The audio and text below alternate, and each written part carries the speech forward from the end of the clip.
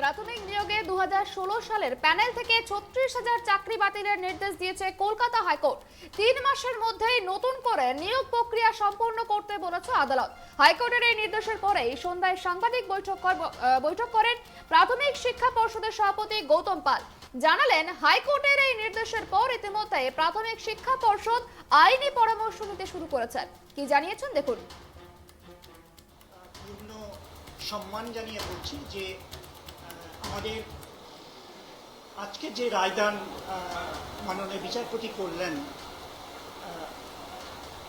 আপনারা শুনেছেন যে 36,000 যারা তখনকার সময়ে আনট্রেন্ড ছিলেন তাদের চাকরি বাতিল করা হয়েছে। তো আমি অলরেডি বোর্ড আইনি পরামর্শ নিতে শুরু করেছে, আইনি পরামর্শ নিচ্ছে। আমরা এই আদেশকে চ্যালেঞ্জ করে আমরা অ্যাপিল করতে যাচ্ছি এবং আমরা কিন্তু অর্থহীন ভাষায় বলছি যে 36,000 যারা প্রাইমারি টিচার তারা চাকরি করছেন, তারা কিন্তু এখন আনট্রেন্ড নেই। তাদের বোর্ড সবাইকেই ট্রেনিং করিয়েছে ওডিএল মোডে। তাদের ট্রেনিং ইতোমধ্যে 2019 সালের মধ্যে কিন্তু সম্পূর্ণ হয়েছে এবং তাদের বোর্ড নিয়োগ দিয়েছিল এনসিটিই নিয়ম মেনে। প্রথম পর্যায়ে 2017 সালের জানুয়ারিতে বোর্ড নিয়োগ দিয়েছিল ট্রেনিং যারা ট্রেন্ড ক্যান্ডিডেটস, যাদের ট্রেনিং ডিগ্রি ছিল, এবং পরবর্তী পর্যায়ে যারা চাকরি পেয়েছেন আনট্রেন্ড এনসিটির নিয়ম মোতাবেক, তারা কিন্তু পরবর্তী পর্যায়ে বোর্ড তাদেরকে কিন্তু ট্রেনিং করিয়েছে। এখনকার সময় আমি বলবো তারা কিন্তু কেউ আনট্রেন্ড নেই। এখানে সংরক্ষণ আনট্রেন্ড নেই যেহেতু, কিন্তু তাহলে অর্ডার কেন করে যে প্রশিক্ষিতদের অপ্রশিক্ষিতদের সবাইকে আবার নতুন করে করতে হবে? আমি আবারও বললাম, অর্ডার হাতে পাইনি। আমাদের যারা বোর্ডের যারা আইনি পরামর্শদাতা লয়ার, তাদের সঙ্গে আমি কিছুক্ষণ আগে পর্যন্ত কথা বললাম, আমরা কথা বলছি, তারা আমাকে সাজেশন দিচ্ছেন, বোর্ডের কাছে রেসপন্স জানতে চাইছেন। আমরা খুব তাড়াতাড়ি আমাদের সিদ্ধান্ত নেব। আমরা কারণ যারা চাকরি পেয়েছেন তারা কিন্তু এখন যারা চাকরি করছেন তাদের সমস্ত যোগ্যতা মান রয়েছে, তারা চাকরি করছেন। তো তাদের চাকরি চলে যাবে, কিন্তু বোর্ডের তার দায়িত্ব, বোর্ড এখন পর্ষদ সেই দায়িত্ব অস্বীকার করবে, এটা হতে পারে না। আমি বলছি, আমি নির্দ্বিধায় বলছি, পর্ষদ সঠিক সময়ে সঠিক পদক্ষেপ নেবে। আমরা আইনি পরামর্শ দিচ্ছি, আবারও নেব, আমরা পদক্ষেপ গ্রহণ করছি। আমি তাদের নিশ্চিন্ত করছি, বোর্ড কিন্তু যথাযথ দায়িত্ব পালন করবে। কোথাও মামলাকারীর আইনজীবী বলছেন আদালতে দাঁড়িয়ে যে 36,000 জনের চাকরি আজ বাতিল করা হলো, তার মধ্যে 25,000 জনকে অ্যাপটিটিউড টেস্ট সহ নানানভাবে নম্বর বাড়িয়ে দেওয়া হয়েছে। যারা জেনারেল ক্যাটাগরির তাদের ক্ষেত্রে নাম্বারের অনেক গড়মিল হয়েছে, একাধিক গড়মিলের নীতি মানা হয়নি এবং অ্যাপটিটিউড টেস্ট নেওয়া হয়নি, অথবা নেওয়া হলো নম্বরের। দেখুন, এটা আমি যতদূর জানি পর্ষদকে কোর্ট, হাইকোর্ট এফিডেভিট জমা দিতে বলেছিলেন। আমরা কিন্তু এফিডেভিট জমা দিয়েছি।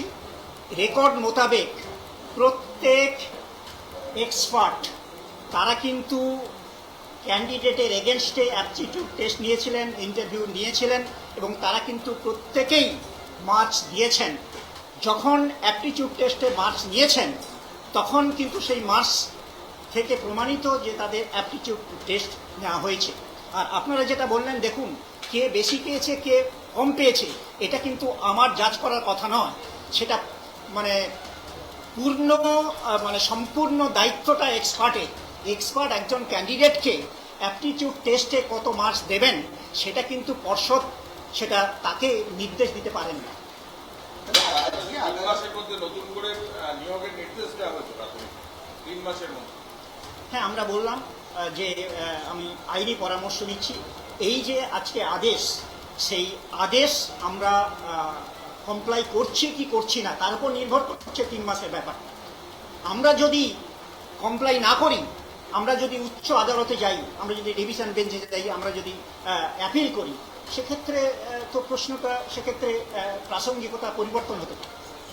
আরেকটা বিষয় বলছেন যে প্রয়োজনে মানিক ভট্টাচার্যের কাছ থেকে টাকা তুলে নিয়োগ প্রক্রিয়া করতে হবে। আমি এই ব্যাপারটা কোনো মতামত দিচ্ছি না। কেন কেন কেন যদি নতুন করে নিয়োগ করতে হয় প্রয়োজন হলে মানিক ভট্টাচার্যের আমি তো আবারও বলছি, আমার কাছে অর্ডারটা আসুক, আমি সেই অর্ডার মোতাবেক যারা বোর্ডের, যারা পর্ষদের, যারা কাউন্সিল আছেন তাদের সঙ্গে আমি কথা বলবো, কথা বলে সমস্ত ব্যবস্থা নেব। আপনারা যদি এখন যে নিয়োগ প্রক্রিয়া চালাচ্ছেন তাদের 2014 টেট কোয়ালিফাইডও আবেদন করেছেন, তারা নিয়োগ প্রক্রিয়া অংশগ্রহণ করছেন। যদি ধরে নিন যে আরেকটা নিয়োগ প্রক্রিয়া প্যারালাল করতে হয় তাহলে তো দুটো ভুলই না, দেখুন, নিয়োগ প্রক্রিয়া মানে একসাথে অনেকগুলো নিয়োগ প্রক্রিয়া চলতে পারে, কিন্তু প্রশ্ন তখনই আসবে যে এই যে বলা হচ্ছে 3 মাসের মধ্যে আমাকে নিয়োগ প্রক্রিয়া সম্পূর্ণ করতে হবে, আমি বোর্ড যদি সিদ্ধান্ত নেয় যে কমপ্লাই করবে, তখনই প্রশ্ন আসে এই নিয়োগ প্রক্রিয়া সাইমালটেনিয়াসলি চলবে কি চলবে না। এটা কিন্তু এখন সিদ্ধান্ত নেওয়ার সময় নয়। স্যার, এই যে প্রশিক্ষিত এবং অপ্রশিক্ষিত করাতে এই প্রশিক্ষণটা কি কি দেখুন, ডিএলএড ট্রেনিং, হ্যাঁ স্যার, যারা চাকরি প্রার্থী তারা অনেকেই আজকেই বলছিলেন, এই অন্তত কলকাতা হাইকোর্টের এই অর্ডারটা পরে, যে এমন হতেই পারে হয়তো রাজ্য বা বোর্ড বা যাদের চাকরি যাচ্ছে তারাই আবার ডিভিশন বেঞ্চ বা কোনো হায়ার কোর্টে গিয়ে অ্যাপিল করবেন। সেক্ষেত্রে দাঁড়িয়ে আমরা যারা যোগ্যতার অন্তত যেমনটা বলছে আমাদের চাকরি পেতে সমস্যা হবে, রাজ্য কেন বারবার অযোগ্যদের হয়ে পাশে দাঁড়িয়ে আদালতে যাবে? কার্যত তাদের যে অভিযোগ বা তাদের যে আশঙ্কা, আপনারাও একই কথা বলছেন যে আপনারা হায়ার কোর্টে যাবেন ডিভিশন বেঞ্চ চাকরি করবেন। না, আমি আবারও বলছি যে আমরা আইনি পরামর্শ দিতে শুরু করেছি। হ্যাঁ, তারা আমার কাছে তাদের সাজেশন, তাদের পরামর্শ দেবেন। আমি খুব শীঘ্রই তাদের পরামর্শ মেনে ব্যবস্থা নেব, আইনি পদক্ষেপ নেব।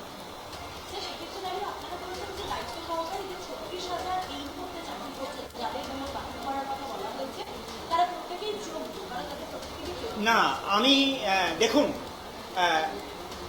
তারা যখন চাকরি পেয়েছেন তারা যোগ্যতামান প্রমাণ করেছেন, ঠিক আছে, তারা এক্সপার্টের কাছে যোগ্যতামান প্রমাণ করেছেন, এবং 2016 যে রিক্রুটমেন্ট রুল, সেই রুলে যে সমস্ত নিয়মাবলী ছিল সমস্তটা কিন্তু কমপ্লাই করেছেন। অতএব আমরা বলতে পারি না যে তাদের যারা চাকরি পেয়েছেন তাদের যোগ্যতা নেই, তাদের যোগ্যতা আছে বলেই তারা চাকরি পেয়েছেন। প্রশ্নটা অন্য জায়গায় বলা হচ্ছে তখন যে এনসিটিইর রুল ছিল যে যাদের ডিএলএড ট্রেনিং কোয়ালিফিকেশন আছে এবং যাদের নেই উভয়ে কিন্তু তারা অ্যাপ্লাই করতে পারবেন। তাদের যদি যোগ্যতামান থাকে, তাদের অ্যাপটিটিউড টেস্ট সঠিক মার্কস পায়, মূল্যায়িত হয়, যদি ইন্টারভিউতে মার্কস পায় এবং মেরিট লিস্টে তারা যদি স্থান পান, তারা কিন্তু চাকরি পাবেন। প্রশ্নটা সেখানে। বলছি এখানে এমন ঘটনা ঘটেছে যে প্রশিক্ষিতরা তো 6,500 যারা চাকরি পেয়েছেন তাদের সুরক্ষিত আজ কোটি ঘটেছে, প্রশিক্ষিত হওয়া সত্ত্বেও তারা চাকরি পায়নি, কিন্তু প্রশিক্ষিত হয়নি তারা চাকরি পেয়েছে। দেখুন,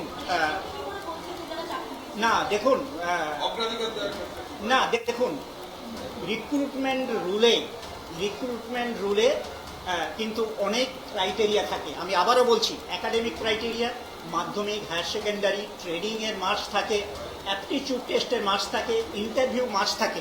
কোনো একটা পার্টিকুলার ইন্ডেক্সে, কোনো একটা পার্টিকুলার ক্যাটেগরিতে ধরুন কেউ হাইয়েস্ট মার্কস পেলেন, তার ভিত্তিতে কিন্তু উনি চাকরি নাও পেতে পারেন। একজন ব্যক্তি চাকরি পান সমস্ত ক্রাইটেরিয়ায়, যিনি তার মেধা তালিকার স্থান আছে কিনা দেখতে হবে, তিনি চাকরি পাবেন।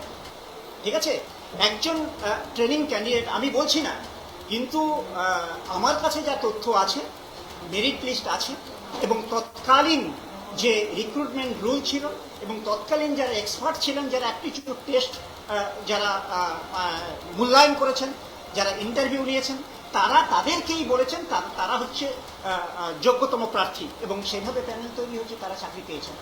আপনারা এটাও বলছেন যে অ্যাপটিটিউড টেস্ট নেওয়া হয়েছিল।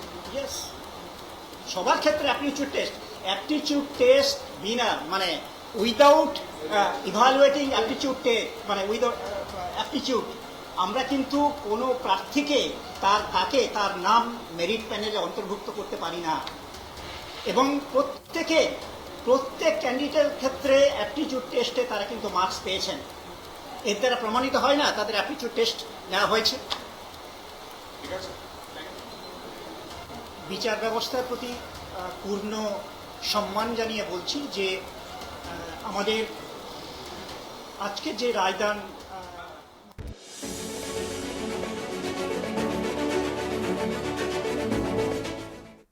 36,000 প্রাথমিকের শিক্ষকের চাকরি বাতিলের নির্দেশ হাইকোর্টের এবং এই নির্দেশ দিয়েছেন বিচারপতি অভিজিৎ গঙ্গোপাধ্যায়, এবং এও জানিয়েছেন যে পুনরায় 3 মাসের মধ্যে নতুন করে নিয়োগ প্রক্রিয়া সম্পন্ন করতে হবে, এমনই নির্দেশ দিয়েছে হাইকোর্টের পক্ষ থেকে। এবং এই বিষয় নিয়ে আমরা আরো বিস্তারিত জানাবো। আমাদের সঙ্গে সরাসরি নিউজ রুম থেকে রয়েছেন আমাদের প্রতিনিধি গৌতম। যে বিষয়টি নিয়ে তোমার কাছে প্রথমে আসবো, আজকের এই যে নির্দেশ হাইকোর্টের তরফ থেকে জানানো হয়েছে 36,000 শিক্ষকের চাকরি বাতিল, বিচারপতি অভিজিৎ গঙ্গোপাধ্যায় এই নির্দেশ দিয়েছেন।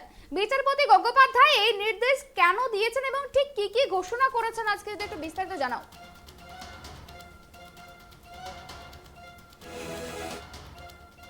2016 সালের রাজ্য সরকার যে প্রাথমিক শিক্ষক নিয়োগ প্রক্রিয়া শুরু করেছিল, যে প্রাথমিক শিক্ষক নিয়োগ করেছিল, তাতে 140 জন অপ্রশিক্ষণপ্রাপ্ত চাকরি প্রার্থী তারা কিন্তু হাইকোর্টে মামলা করেছিল।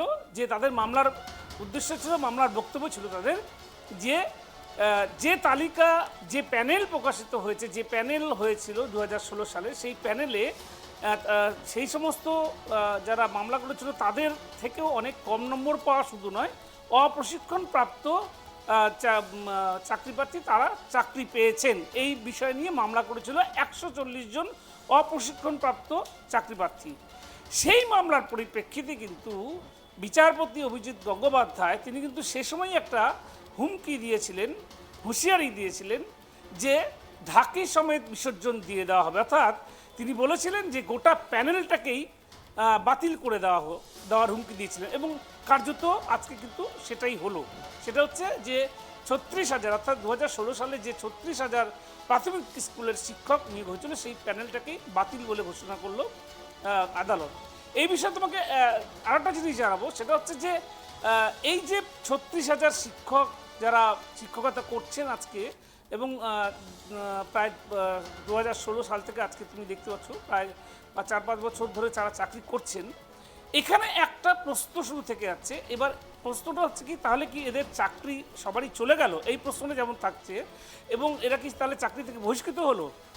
কিন্তু 3 মাস সময় রয়েছে তাদের। হাইকোর্ট যেটা বলেছে যে তারা সেই সময়টা, যারা প্যারা টিচার আছে সেই প্যারা টিচারের পার্শ্ব শিক্ষকের যে স্কেল, সেই স্কেলে তারা বেতন পাবেন।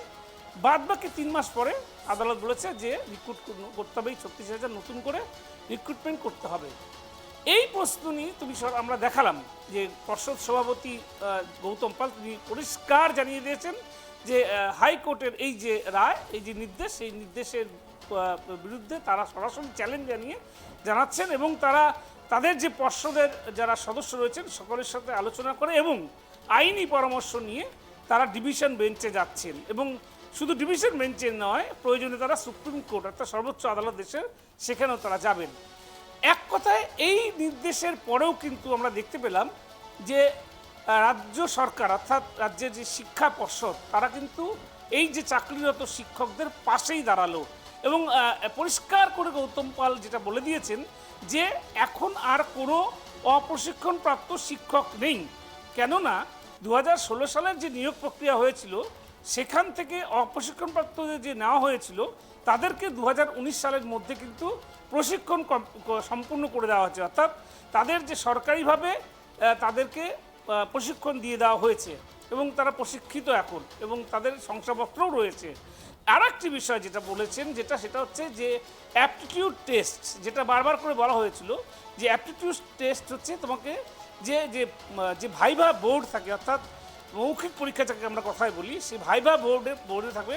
সেই বোর্ডে যারা পরীক্ষা নেবেন তাদের সামনে একটা ব্ল্যাকবোর্ড থাকবে। সেই ব্ল্যাকবোর্ডে কীভাবে ছাত্রছাত্রীদের পড়াতে হয় তারই একটা ডেমনস্ট্রেশন দিতে হবে। সেটাই হচ্ছে অ্যাপটিটিউড টেস্ট, যেটা অ্যাপটিটিউড টেস্ট নেওয়া হয়নি বলে জানিয়ে দিয়েছে আদালত এবং যারা আন্দোলনকারী চাকরি প্রার্থী রয়েছে তারা।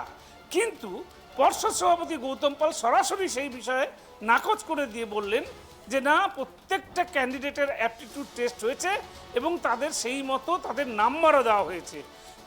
যেটা উনি দাবি করছেন যে অ্যাপটিটিউড টেস্ট যদি না হতো তাহলে নাম্বারটা আসলো কী করে, বিতর্কের বিষয়। এখন প্রশ্ন হচ্ছে যে তারা যারা করছেন তারা কি তাদের চাকরি চলে যাচ্ছে? সুপর্ণা, এই ব্যাপারে আমি তোমাকে একটা কথা বলতে পারি। যখনই এই হাইকোর্টের থেকে অর্ডারটা প্রাথমিক শিক্ষা পর্ষদের, রাজ্য শিক্ষা পর্ষদের কাছে আসবে, তারা তখনই এটা নিয়ে কিন্তু আইনি পরামর্শ নিয়ে সাথে সাথেই তারা ডিভিশন বেঞ্চে যাবে। এবং ডিভিশন বেঞ্চে গেলে সেটা দিয়ে যদি কোনো রকম স্থগিতাদেশ হয় বা সেটা নিয়ে যদি কোনো রকম অর্ডার নতুন করে বের হয়, তাহলে কিন্তু এই যে 3 মাসের মধ্যে নতুন করে নিয়োগ প্রক্রিয়া বা এদের বাতিল, চাকরি বাতিল, এই প্রসঙ্গটা থেমে যাবে। তখন ডিভিশন বেঞ্চের যে রায়, সেই রায় মতো, সেই নির্দেশ মতো কাজ হবে। 1 2 নম্বর হচ্ছে, যদি ডিভিশন বেঞ্চও এই হাইকোর্টের উচ্চ আদালতের রায়টাকে বহাল রাখে, অভিজিৎ গঙ্গোপাধ্যায় যে রায় দিয়েছে সেই রায়টাকে বহাল রাখে, তাহলেও কিন্তু এই যে চাকরি এখনই তাদের যাচ্ছে না, তারা কিন্তু 4 মাস আরও চাকরি করবেন। এবং যেটা বললাম যে এই 4 মাস তারা প্যারা টিচারের স্কেলে বেতন পাবেন, এটা হাইকোর্টের নির্দেশ। কিন্তু সম্পূর্ণটাই কিন্তু এই বিষয়টা নিয়ে এই যে শিক্ষকদের যাদের চাকরি যাচ্ছে বলে নির্দেশ ঘোষণা করেছে আর কি আদালত, তাদের কিন্তু সম্পূর্ণ পাশে রয়েছে রাজ্য সরকার এবং রাজ্যের বোর্ড। কেননা তুমি জানো যে প্রাথমিক শিক্ষা যে পর্ষদ রয়েছে তাদের অধীনেই সমস্ত এই প্রাথমিক স্কুল এবং শিক্ষকরাও, এবং তাদেরকে বোর্ডে হচ্ছে তোমার অ্যাপয়েন্টমেন্ট লেটার, নিয়োগপত্রটা দেয়।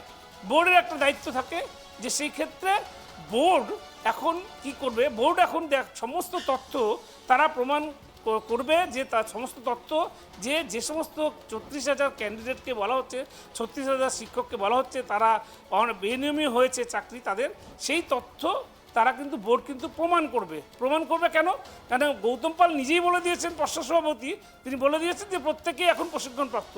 তাহলে এই যে হাইকোর্টের যে আজকে যে রায়টা দিয়েছে, যে নির্দেশটা দিয়েছে, অপ্রশিক্ষণপ্রাপ্ত 36,000 স্কুল প্রাথমিক শিক্ষকের চাকরি বাতিল। তাহলে যদি প্রমাণই হয়ে যায় যে তারা কেউ অপ্রশিক্ষণপ্রাপ্ত নয়, তাদের সকলেরই শংসাপত্র অর্থাৎ প্রশিক্ষণ, যে ডিএলএড যে প্রশিক্ষণ, সেই শংসাপত্র রয়েছে, তাহলে তো আর চাকরি যাওয়ার প্রশ্নই আসছে না। তবে এই যে ঘটনাটা, এই যে আজকে রায়টা, এটা কিন্তু একটা নজিরবিহীন রায় যে কোনো রাজ্যের, এই দেশের কোনো রাজ্যের কোনো রিক্রুটমেন্টের ক্ষেত্রে, কোনো নিয়োগের ক্ষেত্রে গোটা প্যানেলটাকে যে বাতিল করে দেওয়া, এটা কিন্তু একেবারে নজিরবিহীন ঘটনা। তবে যদিও এই বিষয় নিয়ে এই যে হাইকোর্টের নির্দেশ নিয়ে কিন্তু ইতিমধ্যেই যারা চাকরি করছেন অর্থাৎ 36,000, তাদের মধ্যেও যেমন আতঙ্ক বা একটা আশঙ্কা তৈরি হয়েছে। তবে আজকে এই পর্ষদ সভাপতির যে সাংবাদিক সম্মেলনে যে ঘোষণা, যে তারা চ্যালেঞ্জ জানিয়ে যে আদালত, উচ্চ আদালত, ডিভিশন বেঞ্চ এবং সুপ্রিম কোর্টে যাওয়ার যে ঘোষণা, এটা কিন্তু তাদেরকে কিছুটা হলেও মনোবল বাড়াবে। তবে এখন দেখার বিষয় আমাদের, সেটা হচ্ছে যে পর্ষদ কী করতে চলেছে। কারণ পর্ষদের হাতে নিয়োগপত্র দেওয়ার ক্ষমতা যেমন ছিল, তেমনি পর্ষদ যখন সরাসরি বলে দিয়েছে, তারা চ্যালেঞ্জ জানিয়ে দিয়েছে যে ডিভিশন বেঞ্চে যাবে।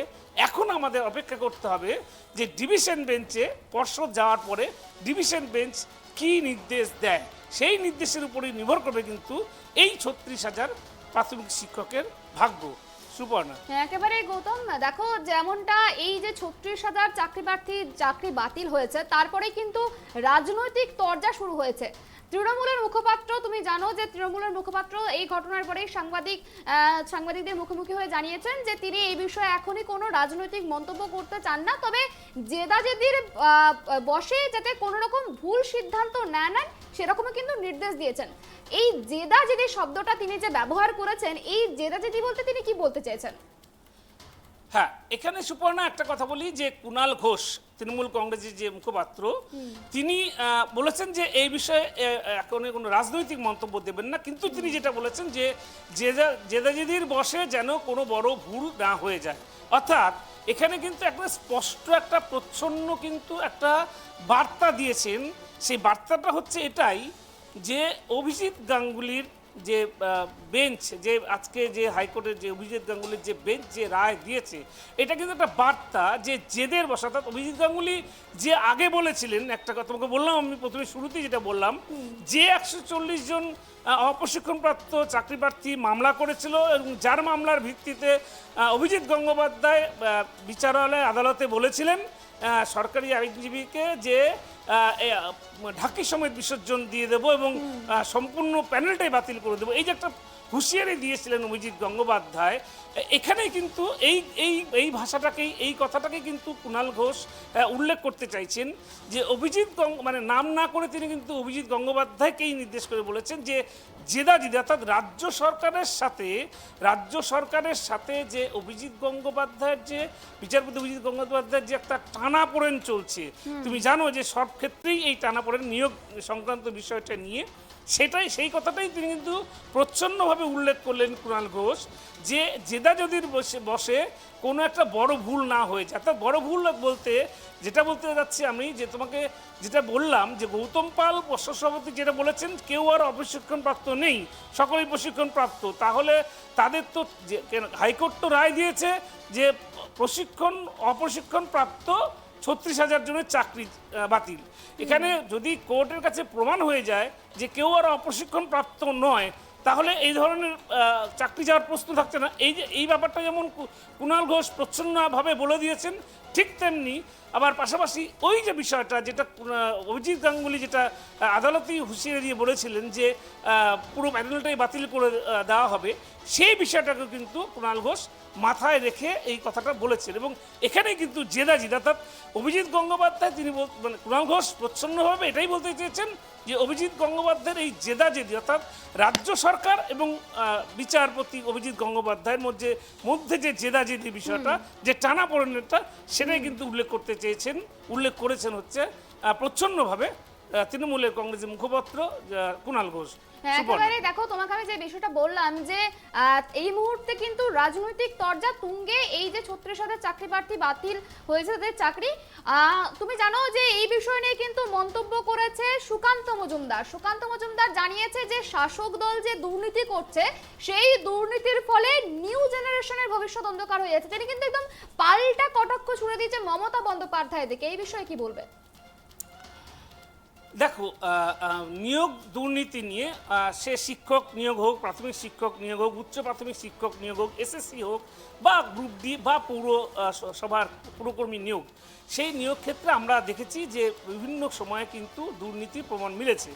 এবং এটা তো অনস্বীকার্য যে প্রাথমিক শিক্ষক দুর্নীতির বিষয়টা নিয়ে কিন্তু ইতিমধ্যেই প্রাক্তন শিক্ষামন্ত্রী জেলে রয়েছেন, পর্ষদ সভাপতি বিধায়ক মানিক ভট্টাচার্য তিনি জেলে রয়েছেন, একাধিক আমলা তারা কিন্তু এই শিক্ষা পর্ষদের বা শিক্ষা সংসদের একাধিক আমলা তারা জেলে রয়েছেন, এটা তো অনস্বীকার্য। তাদের বিরুদ্ধে তদন্ত চলছে, তাদের আইনি ব্যবস্থা, তাদের আইনগত ব্যবস্থা করবে।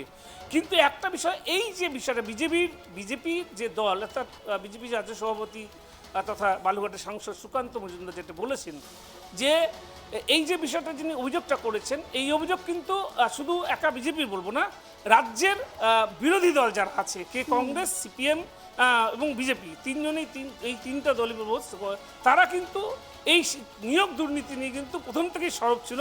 এবং আজকের এই যে রায়, এই রায়টাকে পরোক্ষভাবে তারা মুখ্যমন্ত্রীকেই দোষ দিচ্ছেন। তার একটাই কারণ, তুমি জানো সুপর্ণা, যে রাজ্য শিক্ষা পর্ষদ, প্রাথমিক শিক্ষা পর্ষদ বলো, মাধ্যমিক শিক্ষা পর্ষদ বলো বা যে কোনো দপ্তরই বলো না কেন, সমস্তটাই হচ্ছে নিয়ন্ত্রণ করেন রাজ্যের মুখ্যমন্ত্রী মমতা বন্দ্যোপাধ্যায়। এবং এই যে দুর্নীতি হয়েছে, বিরোধীরা এটা দাবি করছেন, এই যে দুর্নীতি হয়েছে বা এই যে চাকরিতে বেনিয়ম হয়েছে, সেটা সম্পূর্ণটাই হচ্ছে মমতা বন্দ্যোপাধ্যায়ের নির্দেশে এবং অঙ্গুলি হেলনে, এমনটাই অভিযোগ কিন্তু বিরোধীদের।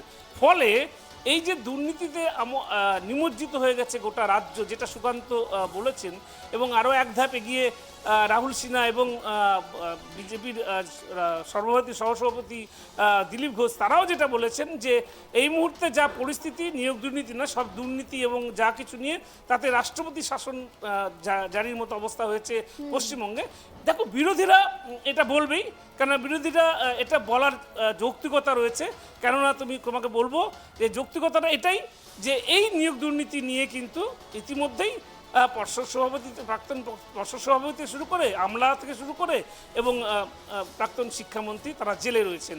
এবং এটা খুব পরিষ্কার। শুধু এটাই নয়, আরও অনেক বিষয়গুলো যেগুলো জানো তুমি, যে গরু পাচার মামলা, কয়লা পাচার মামলা, যে সমস্ত কাণ্ডগুলো রয়েছে সেগুলোতেও শাসক দলের তৃণমূল শাসক দলের যে নেতারা রয়েছেন তারা জেলে রয়েছেন। তো স্বাভাবিকভাবেই, এবং কিছু কিছু ক্ষেত্রে প্রমাণও হয়েছে যে দুর্নীতির, তো সেক্ষেত্রে তো বিরোধীরা সরবভাবেই, বিরোধীদের এটা একটা অন্যতম ইস্যু থাকবেই।